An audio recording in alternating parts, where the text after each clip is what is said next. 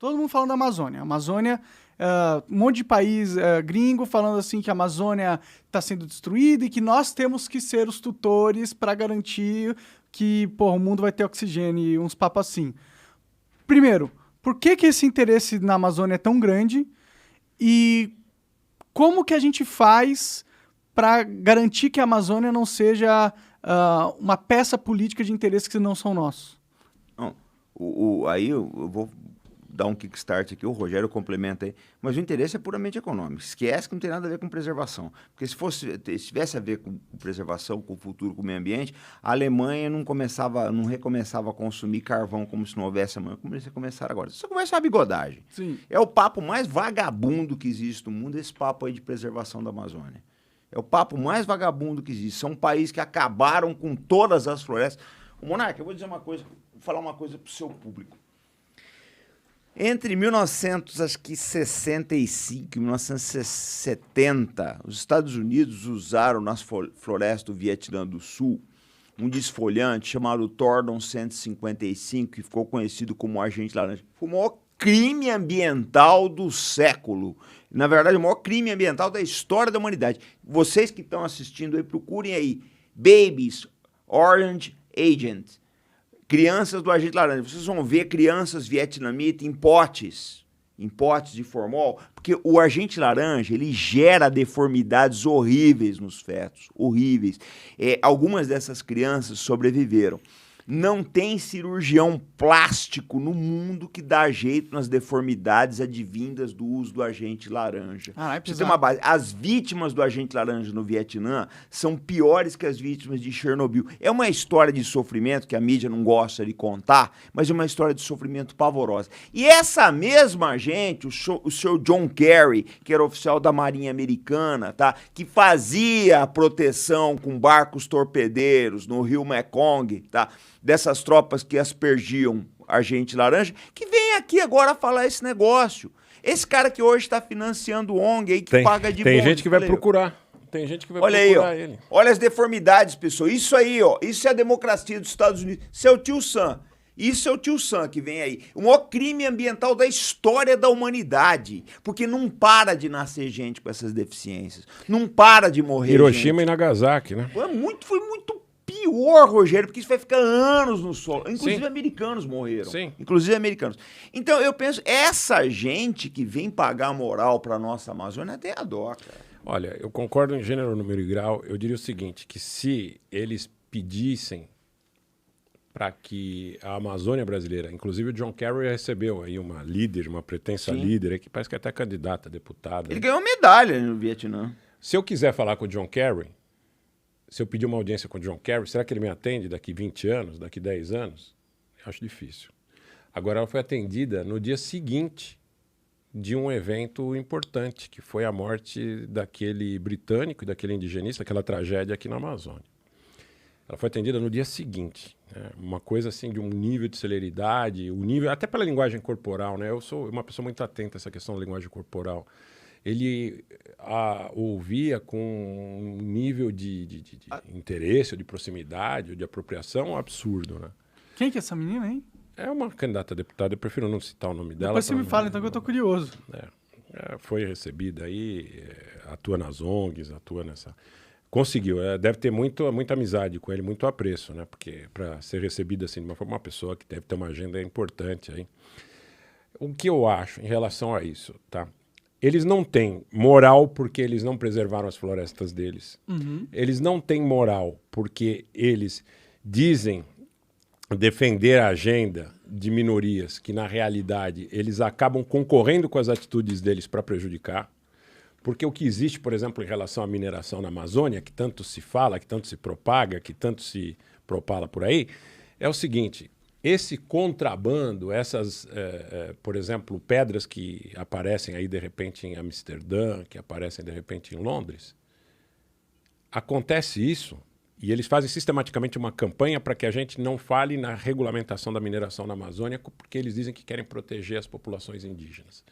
mas o contrabando está presente. Exatamente. Eles não querem que entrem oficiais do Exército Brasileiro em áreas demarcadas, porque eles dizem que eles pleiteiam um grau de soberania que seria, inclusive, um contrassenso ao próprio cabedal jurídico brasileiro, a própria unidade da federação e ao aspecto da secessão, que é inadmissível, tá?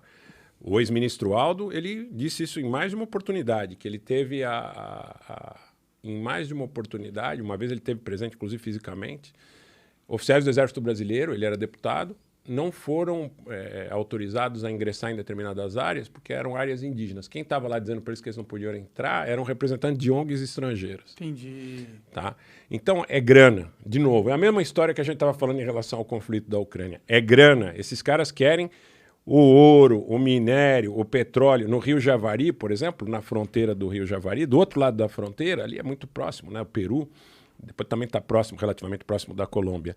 Tem petróleo. Do lado do Brasil também tem, certamente. Então, Na Amazônia. Na Amazônia. Então, eles não querem que o Brasil administre aquela região porque eles têm interesse nas riquezas daquela região. Eles querem uma administração... 30% pelo menos da biodiversidade do mundo está lá. Uhum. Tá? E a gente já tem um problema muito sério com pirataria em relação a coisas que saíram da Amazônia e aparecem aí mundo afora. Nós temos um problema em relação a essa questão aí da lei das patentes, né, que não nos protege.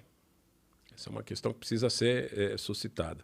Uma outra questão que é muito pouco falada, que é muito pouco dita, é que o Brasil já perdeu área na Amazônia para a Grã-Bretanha na questão do Rio Pirara. Isso no final do século XIX, começo do século XX, de 1897 a 1903, os britânicos mandaram o que seriam os antecedentes das ONGs? Antropólogos, geógrafos, líderes religiosos. Eles convenceram as lideranças indígenas de que eles eram mais próximos da Grã-Bretanha do que do Brasil. E o Brasil perdeu 2/3 da área em contenda com a arbitragem do rei Vittorio Emanuele III da Itália, porque os índios se manifestaram a favor da Grã-Bretanha. Né? E porque também a Itália tinha muito interesse com a Grã-Bretanha naquele tempo. Né? Os índios são massa de manobra política aí. Pelo menos algumas lideranças. Sim. Né? Eu sou completamente favorável que se preservem os direitos, as tradições e tudo. Eu acho que tinha que fazer igual nos Estados Unidos. Pega a terra que é deles, compra, deixa todos os índios milionários, deixa eles vivendo uma vida boa e a gente usa a terra. O problema é que eles querem utilizar muitas vezes a ideia de que os índios estão sendo protegidos por uma questão de cunho humanitário, quando tudo que eles fazem é não se preocupar com nada de cunho humanitário. Lembra de Abu Ghraib, no Iraque, que torturaram, estupraram, fizeram o diabo? Veja que na Líbia hoje tem mercado de escravo, por exemplo, na cidade natal do Gaddafi, Sirte, porque conflagraram todo o país, colocaram uns contra os outros. Veja, por exemplo, o que ficou o Afeganistão. Mas qual que é o jogo com a Amazônia? Tipo, que forma que eles querem controlar mais? Porque o que você falou... Internacionalizando.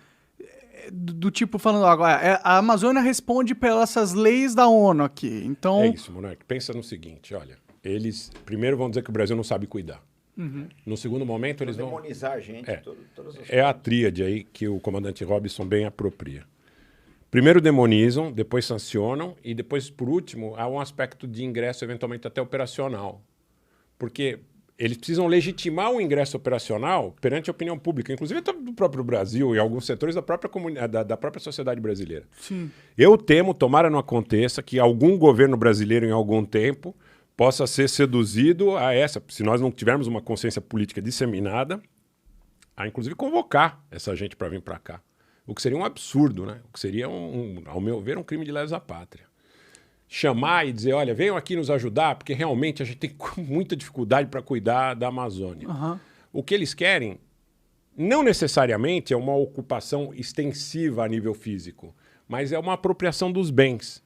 Se o Macron diz, nós precisamos discutir o status da Amazônia, então nós vamos estar discutindo o status da riqueza da Amazônia. Sim. Tá? Então, nesse sentido, porque ali é uma fonte para a indústria de matéria-prima, para a indústria de energia, para a indústria para as metalúrgicas, da indústria da mineração. Uhum. Tem muito ouro, tem muita pedra, tem muita riqueza, tem muito remédio, farmacêutica, química, petroquímica. Eu acho que não é incomparável. Por exemplo, você tem aí o Xinjiang na China, que são áreas desérticas, aí onde estão essas populações uigures, Mas você não tem nada do que você tem na Amazônia. Você tem a Sibéria, você tem a Patagônia, mas você não tem nada parecido com a Amazônia, nem a nível de extensão territorial, nem a nível de riqueza. Então, eles estão de olho, e se a gente não conseguir disseminar, e nesse aspecto, a pré-candidatura do comandante Farinazo é importantíssima, porque o comandante Farinazo, como o precursor, praticamente, nesse momento, precursor, claro que muita gente já defendeu em muitos tempos, mas eu digo precursor nesse momento da discussão sobre a soberania da Amazônia, está trazendo muita gente junto. Então, eu acho que responde um pouco daquela tua pergunta. Pô, na política nós vamos mudar o quê? Se a gente conseguir mudar alguma coisa, pelo menos da consciência das pessoas, de fora para dentro, para que essas pessoas comecem, pô, cara, já ouvi em algum lugar que esse discurso de proteção ambiental da Amazônia é picaretagem, tá? Já ouvi em algum lugar, deixa eu estudar, deixa eu procurar um outro meio de informação, de apropriação. Então, acho que nesse sentido a gente precisa valorizar esse tipo de iniciativa e, na medida do que for possível, eu também espero poder contribuir com o meu espaço, com o meu canal e trabalhar para que as pessoas entendam que tudo que a grande mídia tem colocado, historicamente, é um processo de reiteração de uma acumulação na mão de muito poucos. Ah, você é comunista? Porra nenhuma, não sou comunista, tá? Só para deixar claro. Bom, o comunismo é isso, é acumulação na mão de muito poucos, né? Pô, podemos entender dessa forma também, né? Podemos, quem sabe, quer dizer, é o que eu digo, né? Tem gente que, da Globo é comunista, não sei o quê. Eu acho que não, tá? Mas nós podemos entender o seguinte. Todo mundo com interesse, na real, né? Interesse político-econômico. É a meia dúzia de sempre que consegue confundir, que consegue tumultuar. E quando eu digo a meia dúzia de sempre, é uma coisa que precisa ficar muito clara, porque esse pessoal, eles têm uma indústria de desinformação muito grande. Eu não falo contra um país, eu não falo contra os Estados Unidos, eu não falo contra a Inglaterra, eu não falo contra uma religião, eu não falo contra uma... Não, eu falo contra uma meia dúzia que não está vinculada a país, que não está vinculada a religião, que não está vinculada a nada. Para eles é dinheiro, dinheiro, dinheiro, dinheiro, dinheiro e poder. Tá? Pode crer. Eu penso dessa forma. Olha, só para encerrar, existe alguns setores das Forças Armadas que já estão preocupados com o seguinte, que o conceito europeu, o conceito euro-americano de domínio na Amazônia seria negação de uso.